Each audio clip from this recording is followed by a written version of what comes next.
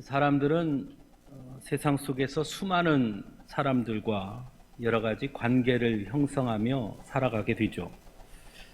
어떤 관계들은 어떤 목적을 이루기 위해서 맺어진 관계도 있고, 또 이익을 취하기 위해서 맺어진 관계들도 있습니다. 또는 단순히 그저 고향이 같은 사람들끼리, 또 나이가 같아서, 취미가 같아서처럼 그냥 단순히 맺어지는 그런 관계들도 있습니다. 이처럼 사람들은 저마다 공적인 관계와 사적인 관계들을 모두 맺고 그 안에서 살아가게 되죠. 공적인 관계들은 대부분 어떤 목적이나 어떤 일 때문에 맺어진 관계입니다. 물론 그 목적은 각각 다를 수 있지만, 그래서 대부분 어떤 목적을 달성하고 어떤 일을 마치고 나면 그 이후에는 공적인 관계들은 해체될 수밖에 없지요. 물론 그런 공적인 관계들로부터 시작되어서 사적인 관계로 이어지는 경우도 있지만, 그것은 이미 공적인 관계는 끝난 것이고 사적인 관계로 바뀌어진 것이라 할 수 있겠죠. 그래서 어떻게 보면 우리가 살아가는 데 있어서 더 많이 또 더 중요하게 여길 수밖에 없는 것이 사적인 관계가 아닐까 싶습니다. 왜냐하면 공적인 관계가 무너지면 다시 맺을 수 있지만, 사적인 관계들이 서로 어긋나면 그것은 이 세상에서 살아가는데 많은 어려움을 겪게 되기 때문이죠. 가족이나 친구 또는 연인 관계, 이런 것들이 대표적인 사적인 관계라 할 것입니다. 그리고 이런 사적인 관계를 형성한 사람들을 그래서 우리는 매우 존중하고 다른 사람들보다는 좀 더 특별하게 여기고 사랑하고 또 서로 섬기며 그렇게 살아가게 되죠. 예수님께서 이 땅에 오셔서 공생의 기간 동안 많은 사람들을 만나셨죠. 또 예수님 역시 그동안 그 기간 동안, 공생의 기간 동안 많은 관계들을 형성하셨습니다. 그 관계 속에서 예수님도 사셨습니다. 우리 예수님의 공생의 기간 동안 맺은 많은 관계들을 우리가 조금 전에 말씀드린 것처럼 공적인 관계, 사적인 관계로 좀 나누어 본다면 어떻게 말할 수 있을까 생각해 봅니다. 예수님께서 사역 안에서 만난 사람들, 사역 때문에 그 사람들을 우리가 어떤 면에서 공적인 관계라고 말한다면, 그런 공적인 관계를 뛰어넘는 매우 사적인 관계를 맺은 그런 사람들도 있음을 알 수 있습니다. 특별한 사람들 말입니다. 오늘 우리가 읽은 이 본문은 죽은 나사로를 살리신 그 사건을 중심으로 하고 있습니다. 요한복음 11장이 그 이야기를 담고 있죠. 그런데 이 죽은 나사로는 예수님과 매우 특별한 관계였던 것 같습니다. 사적인 관계가 형성되어 있었다라는 것이죠. 요한복음 11장 3절과 5절에 보면 나사로에 대해서 예수님께서 사랑하시는 자였다라고 말씀합니다. 그러니까 매우 특별한 관계였다라는 거죠. 또한 그의 누이들도 아주 특별한 관계였습니다. 요한복음 11장 2절에서는 나사로의 이 누이 마리아는 향유를 주께 붓고 머리털로 주의 발을 닦던 자였다라고 증거하고 있습니다. 또 나사로가 병이 들자 이 누이들은 주저함 없이 예수님께 사람을 보냅니다. 그러니까 예수님이 어디에 있었는지 알고 있었다는 거예요. 그러니까 아주 특별한 관계를 형성하고 있었다라는 것이죠. 이처럼 나사로의 누이들도 보통의 사람들과는 조금 다른 특별한 그런 관계가 있었고요. 또 예수님도 이 나사로나 나사로의 누이들을 특별하게 여겼던 것 같습니다. 그래서 나사로가 죽었다는 소식을 듣고 집에 오셔서 성경에 보면 눈물을 흘리셨다라고 증거합니다. 이렇게 특별한 사람들이었던 나사로와 나사로의 누이들, 그들에게 들려온 긴박한 소식, 나사로가 병이 들었다라는 소식. 대부분의 사람들이라면 그런 소식을 들었다면 빨리 찾아가는 것이 당연한 것이죠. 그렇게 특별한 사람들인데 말입니다. 그런데 그 소식을 들으신 예수님의 행동은 조금 이해할 수 없는 행동을 보여주십니다. 바로 가지 않죠. 머무시던 곳에서 성경에 보면 이틀이나 더 머무신 이후에 찾아가십니다. 마치 나사로가 죽기를 기다렸던 것처럼 그런 행동을 하는 것을 보게 됩니다. 오라비가 병이 들자 예수님께 사람을 보내었던 나사로의 누이들의 입장에서는 이런 예수님의 행동, 예수님의 모습은 심히 야속했을 것입니다. 관계가 전혀 없는 사람이라면 야속할 것도 화가 날 것도 없겠지만 그들 역시 예수님이 자신들을 특별히 사랑하는 분이라고 생각했고 자신들도 예수님을 더욱더 사랑했던 그런 관계들이었다면 예수님께 사람을 보내었음에도 불구하고 바로 오지 아니하시고 그 이후에 오신 예수님을 볼 때 그들은 충분히 야속할 만합니다. 그래서 오늘 본문에 보면 예수님께서 나사로의 집에 다다르자 그의 누이 마르다가 주께서 여기 계셨더라면 내 오라비가 죽지 아니하였겠나이다 라고 첫 마디가 그 이야기였습니다. 서운하다는 거예요. 왜 이제 오셨습니까? 마르다뿐만이 아닙니다. 향유를 붓고 머리털로 주의 발을 닦던 또 다른 누이 마리아 역시 32절에 보면 똑같은 이야기를 합니다. 주께서 여기 계셨더라면 내 오라비가 죽지 아니하였겠나이다. 서운한 거죠. 아마 저라도 그랬을 겁니다. 사람이라면 누구나 그럴 수 있겠죠. 특별한 사이였는데 더더욱 그렇지 않았겠습니까? 아니 예수님과 우리 사이가 어떤 사이인데 어떻게 우리한테 그럴 수 있습니까? 예수님과 나사로가 어떤 사이인데 아니 세상에 친구가 병들었다고 죽을 수도 있다는 소리를 듣고 어떻게 그럴 수 있습니까? 누구나 그럴 수 있겠죠. 하지만 결국 예수님은 늦게 오셨고 나사로는 죽었습니다. 나사로가 이미 죽은 이후 찾아오신 이 예수님은 누이들의 주께서 일찍 오셨더라면 여기 계셨더라면 우리 오라비가 죽지 않았을 것인데 하는 그 서운함과 원망을 들으신 예수님께서는 마르다에게 이렇게 이야기합니다. 내 오라비가 다시 살아날 거다. 걱정하지 마. 그리고 마르다에게 예수님이 묻지요. 나는 부활이고 생명이니 나를 믿는 자는 죽어도 살겠고 무릇 살아서 나를 믿는 자는 영원히 죽지 아니하리니 이것을 내가 믿느냐. 내 오라비가 다시 살아나리라 하는 말씀과 이 말씀을 이어서 붙이면 이런 뜻입니다. 야 걱정하지 마. 나는 부활이고 생명이니 나를 믿는 자는 죽어도 살겠고 죽은 나사로도 다시 살아날 거야. 무릇 살아서 나를 믿는 자는 영원히 죽지 아니할 거야. 너 그거 믿지? 이렇게 물었습니다. 그 질문에 마르다의 대답은 이렇습니다. 주여 그러하오이다. 예, 믿습니다. 주는 그리스도시고 살아계신 세상에 오시는 하나님의 아들이신 줄 내가 믿습니다. 멋진 고백하죠. 예, 맞습니다. 그렇게 믿습니다. 그런데 예수님께서 죽은 나사로가 있는 무덤에 가셔서 돌을 옮겨놔라 이렇게 이야기하니까 마르다가 이렇게 이야기합니다. 주여 죽은 지가 나흘이 되었으면 벌써 냄새가 납니다. 하이 예수님 죽었다니까요. 벌써 나흘이나 지났다니까요. 냄새가 지독하다니까요.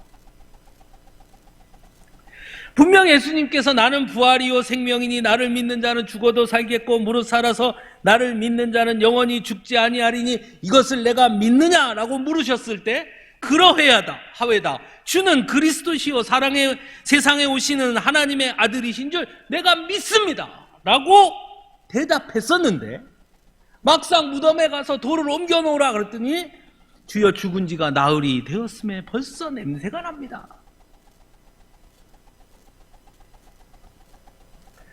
그럼 앞에서 마르다가 주여 그러하외다 라고 했던 내가 믿습니다 라고 했던 그 마르다의 고백이 어떤 고백이었느냐? 물을 수 있습니다. 그렇게 자신 있게 대답해 놓고 왜 무덤 앞에 가서는 벌써 냄새가 납니다.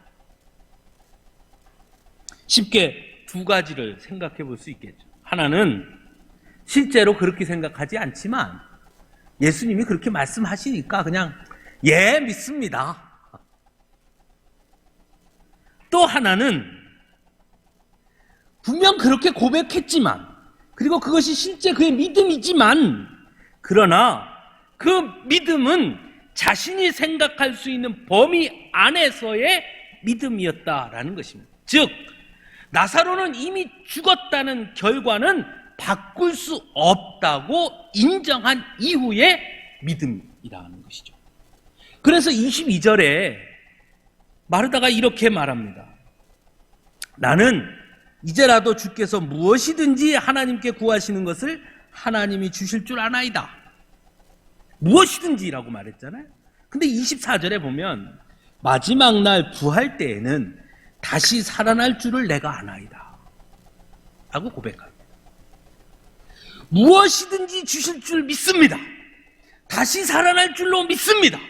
그런데 그 다시 살아난다는 것, 무엇이든지 주신다는 것은 이미 나사로는 죽었으니까 그건 끝난 것이고 마지막 때에 다시 그때 다시 부활할 줄을 내가 믿습니다. 생각해보면 이것만으로도 대단한 믿음이죠. 이 정도만 해도 엄청난 고백이지요. 저 같으면 늦게 오신 예수님이 다시 살아날 줄 믿느냐 그러면 지금 저하고 장난하십니까?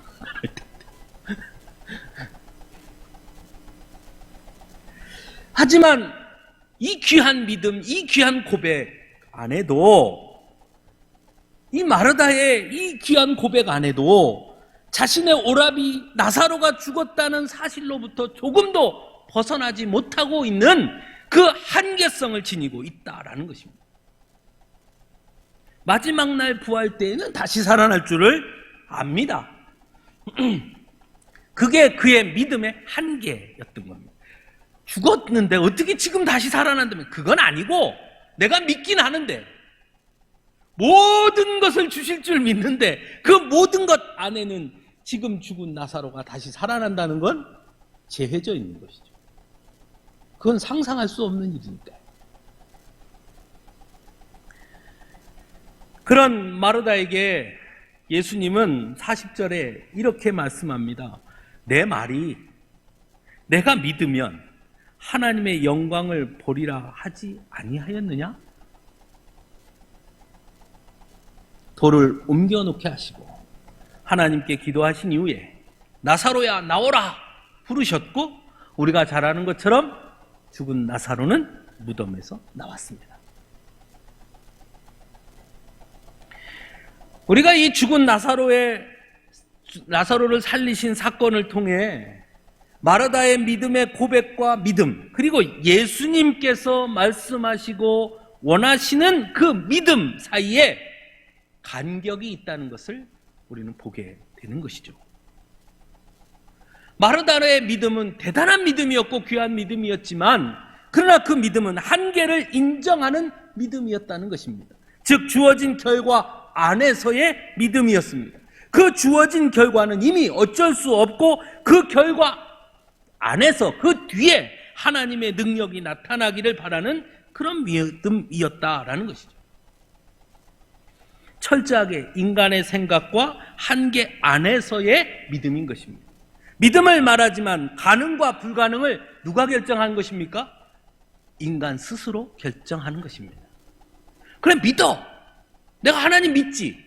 근데 죽은 사람을 살리는 것은 안 되는 거고, 우리 스스로 가능과 불가능을 결정하는 것이죠. 사실 오늘날 우리들의 믿음의 모습에도 이런 모습들이 많지 않다고 할 수 없을 것입니다. 저 역시 마찬가지고요. 실제로 믿음을 말하면서도 에이 그건 안 되지 라고 단정 짓는 경우가 얼마나 많이 있습니까? 그런데 곰곰이 생각해 보면, 아니 정확하게 말하면 사실 그런 믿음은 믿음이 아닌 것입니다. 왜냐하면 믿음에는 단계가 없기 때문입니다. 80% 믿어, 90% 믿어, 99% 믿어. 이 말은 존재하지 않는 말입니다. 믿음은 전적으로 믿느냐, 그렇지 못하느냐만 있는 것입니다. 100% 믿을 때 믿음이지 90% 믿어, 그건 믿지 않는 것이죠. 100% 신뢰하는 것이 신뢰하는 것이지 나는 90%만 신뢰해, 그건 신뢰하지 않는 것이죠.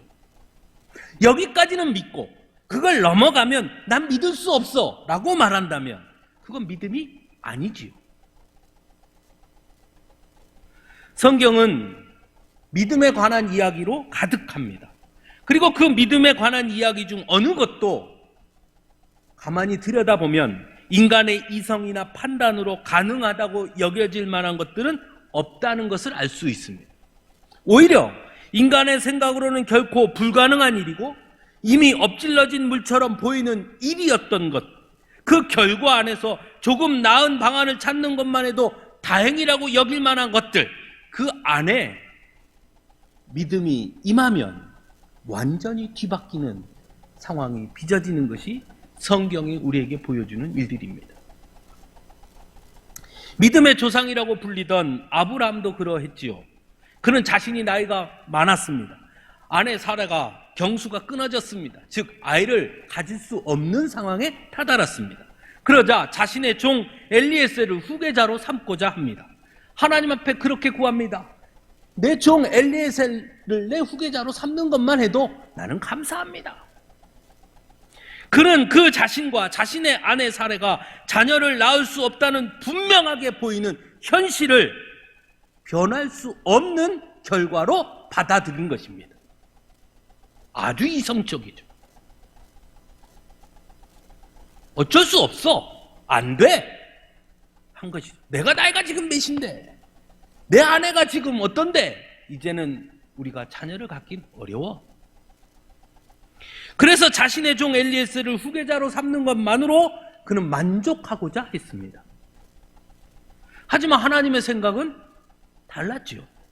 하나님이 요구하시는 믿음은 그 한계를 뛰어넘는 것이었습니다. 아브라함은 이삭을 얻고 난 이후에 그것을 깨닫습니다. 아, 내 한계를 뛰어넘는 것이구나. 우리가 생각하는 수준을 넘는 것이구나. 그래서 하나님께서 이삭을 바치라 할 때 그는 더 이상 주저하지 않습니다. 눈에 보이는 결과를 뛰어넘었던 것입니다. 만일 그 이전의 사람이었다면 이렇게 생각했을 겁니다. 가만히 있어봐. 이삭을 번제물로 바치라고. 그럼 이삭을 번제물로 바치면 내 뒤는 아무도 없는데? 이미 이스마엘을 쫓아냈고 나는 그러면 어떡하란 말이야? 말도 안 돼. 분명한 결과가 보였지만 그는 이번에는 그 결과를 뛰어넘습니다. 믿음이 분명하게 보이는 그 결과를, 현실을 뛰어넘었던 것입니다. 그것이 바로 하나님을 향한 아브라함의 믿음이었던 것이죠. 그래서 하나님은 아브라함을 믿음의 조상으로 세우셨던 것입니다. 한계를 뛰어넘는 믿음, 눈에 보이는 현실을 뛰어넘는 믿음. 오늘 본문에서 예수님께서 마르다와 마리아에게 요청한 믿음 역시 바로 그런 믿음이었습니다. 인간의 생각과 판단과 현실의 결과라는 한계를 뛰어넘는 것, 그것이 진정한 믿음이라는 것을 가르쳐 주십니다. 그래서 우리가 좋아하는 말씀이죠. 마가복음 9장 23절. 할 수 있거든이 무슨 말이냐? 믿는 자에게는 능치 못할 일이 없느니라. 그렇게 믿으십니까? 아멘! 근데 그건 안 돼. 아멘! 믿습니다! 근데 이건 안 될걸? 사랑하는 성도 여러분, 믿음을 말함에 있어 가장 중요한 것은 우리의 판단과 생각이나 주어진 현실의 결과가 아니라 하나님이 하신다라는 것입니다. 그래서 믿음이란 하나님의 능력에 대해 얼마나 신뢰하느냐의 문제인 것이죠. 다른 말로 하면 나는 하나님을 어떤 하나님으로 고백하느냐의 문제인 것입니다. 전지전능하신 하나님이라고 고백한다면 말 그대로 전지전능하신 하나님 앞에서 이건 안 돼, 할 수 없어 라고 말하는 것 자체가 사실은 모순인 것이죠. 왜? 전지전능하다고 말했잖아요. 그런데 이건 안 돼, 이건 할 수 없어 그러면 전지전능이 아니지요. 우리의 입술의 고백과 우리의 믿음이 자꾸 모순되어진다면 그거는 우리의 믿음이 바르지 못하다는 증거다라는 것입니다. 물론 그렇다고 맹신적인 믿음을 말하는 것은 아닙니다. 어떤 분들은 자꾸 믿음은 한계를 뛰어넘는 것입니다. 이렇게 말하면 엉뚱한 방향으로 흐르는 경우가 있는 것을 보게 됩니다. 믿음을 말하면서 하나님의 능력을 시험하거나 믿음을 말하면서 실상은 자신의 목적을 이루려고 하거나 자신의 뜻을 관철시키려고 하는 모습을 보여줄 때가 있는 것이죠. 그게 믿음이라고 말합니다. 그러나 오늘 본문에서 믿음을 말하면서 아주 중요한 것, 잊지 말아야 하는 것이 있음을 예수님이 말씀하십니다. 바로 믿음은 하나님의 영광을 보게 된다라는 것입니다. 믿음은 나의 목적과 이익을 위한 수단이 아니라 바로 하나님의 영광을 드러내므로 나타나게 된다라는 것입니다. 로또 복권 사가지고 긁으면서 믿습니다. 이건 믿음이 아니라는 거예요. 예? 내 돈 떼먹은 놈 가다가 콱 자빠져라 믿습니다. 이거 안 된다는 거예요.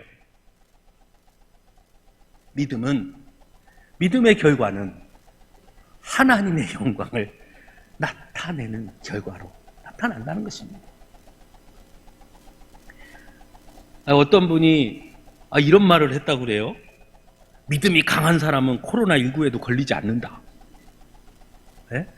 참, 물론 그럴 수도 있지요. 또 어떤 정치인인 허머시갱이 그분은 코로나19에 안 걸리는 방법이 말끝마다 자기 이름을 3번을 외치면 코로나19에 안 걸린다.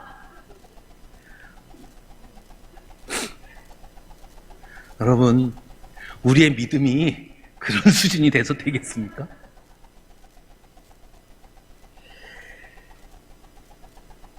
믿음이 강한 사람은 코로나19에 걸리지 않는다. 물론 그럴 수 있어요. 그러나 그 사람들이 그런 말을 하는 데엔 크게 2가지 문제가 있습니다. 하나는 믿음을 말하면서 그렇게 말하는 그 내면에는 다른 사람들을 무시하거나 편가르기를 하려고 한다는 것입니다. 그래서 나는 믿음 좋고 그렇지 못한 니네는 믿음 나쁘고, 또 다른 하나는 믿음을 내세우며 하는 그 행동이 과연 하나님의 영광을 드러내느냐 하는 부분이죠. 어떻게 보면 그런 사람들 역시 믿음을 말하지만 사실은 자신들의 판단과 생각을 믿음으로 잘못 이해하고 있다라는 것입니다. 우리나라 코로나19를 통해서 보여지는 물론 안타까운 모습들도 많이 있지만 저는 개인적으로 이단과 전통교회의 차이가 어디에 있을까? 여러분 뭐라고 생각하세요? 그것은요, 결과에 대해서 어떻게 책임지느냐의 차원입니다. 걸릴 수 있죠, 교회도. 아무리 조심하고 아무리 영상 예배로 드린다고 하더라도 영상 예배를 드리기 위해서 준비해야 하는 사람들은 있고요. 그 사람들은 올 수밖에 없지요.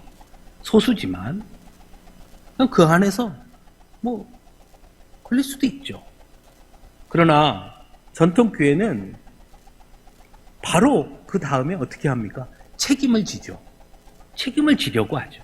속히 폐쇄도 하고 누가 왔었는지 다 공개하고, 네. 그리고 방역 당국에 이야기하는 것을 충분히 잘 협조하고 따라가고 하지요. 근데 이단들은 어떻게 합니까? 숨기죠. 감추죠. 자신들이 드러나는 것을 무서워하지요. 그게 차이예요. 즉 결과를 결과에 대한 반응이 어떻게 다르냐의 차이입니다. 걸렸느냐 안 걸렸느냐의 문제가 아니라, 이번에도 만민중앙교회에서 걸렸다 그러죠. 아마 또 그것 때문에 교회가 또 따가운 눈초리를 받을 겁니다. 왜냐, 그 세상 사람들은 거기가 이단인지 아닌지 어찌 알겠습니까? 교회인데 똑같이 교회라고 하니. 그 다음 결과가 다른 것이죠. 믿음도 마찬가지라는 거예요. 진짜 믿음과 가짜 믿음은 어떻게 판단할 수 있느냐, 분별할 수 있느냐.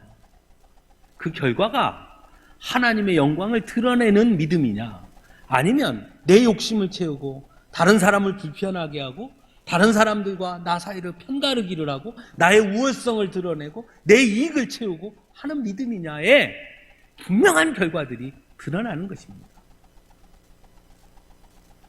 사랑하는 성도 여러분, 우리는 모두 믿음의 사람들입니다. 그리고 우리가 오늘 말씀을 통해 배운 것처럼 믿음에는 한계가 없는 것입니다. 할 수 있는 것을 하는 것은 우리의 노력과 능력으로 가능합니다. 하지만 할 수 없음에도 불구하고 나의 생각과 판단과 능력을 뛰어넘어 순종함으로 하나님의 영광을 드러내는 것, 그것이 바로 믿음인 것입니다. 예수님은 사랑하는 나사로의 죽음을 통해 사랑하는 나사로의 누이들인 마르다와 마리아, 그리고 오늘 그 말씀을 듣고 있는 우리들에게 진정한 믿음이 무엇인지를 가르쳐 주고 계신 것입니다. 주어진 현실을 그저 받아들이고 수긍하는 것이 많은 경우 필요하고 중요할 때가 있습니다. 무조건 주어진 현실을 다 무시하는 것이 옳은 것은 아니니까요. 하지만 때로는 하나님의 영광을 이루는 일이라면, 내가 믿는 하나님이 전지전능하신 하나님이심을 믿는다면, 연약한 우리들을 통해 하나님의 뜻을 이루시기를 원하시는 그 하나님의 계획하심을 믿는다면, 언제나 우리를 사랑하셔서 우리를 포기하지 아니하시는 그 하나님의 사랑을 믿는다면, 우리의 생각과 판단은 뒤로 하고 주어진 현실에 때로 당당히 맞서서 하나님의 영광을 이루어내는 그 길을 걷는 이들이 바로 믿음의 사람들이다라는 것입니다. 예수님이 우리에게 가르쳐 주신 믿음이 바로 그런 믿음입니다. 사랑하는 성도 여러분, 우리의 믿음을 점검해야 할 때가 왔습니다. 그냥 매주일 예배당에 와서 예배드리고 그것이 우리의 믿음의 전부이라고 우리는 그렇게 때로는 스스로 착각하며 스스로 그렇게 믿으며 지금까지 신앙생활 해왔습니다. 그러나 코로나19 이것으로 말미암아 저는 거꾸로 우리의 믿음을 하나하나 점검할 수 있는 기회가 왔다 생각합니다. 과연 난 무엇을 믿고 있는가? 내 믿음은 어떠한가? 어떠한 상황 속에서도 나는 흔들리지 않는 믿음을 가지고 있는가? 비록 함께 예배당에 나와 예배드리지 못하지만 그럼에도 불구하고 나는 매 순간 하나님의 인도하심을 믿고 하나님과 교제를 나누고 있는가? 그것이 나의 믿음을 점검할 수 있는 귀한 기회가 왔다, 저는 생각합니다. 사랑하는 성도 여러분, 우리 서강주교 온 성도들은 오늘 예수님이 가르쳐 주신 단순히 입으로 고백하되 그러나 실제와 모순되는 그런 믿음이 아니라 하나님의 영광을 드러내는 믿음, 하나님이 하시면 하십니다 라는 믿음, 우리의 한계를 뛰어넘는 그 믿음, 그 믿음의 소유자들이 모두 될 수 있기를 간절히 바랍니다.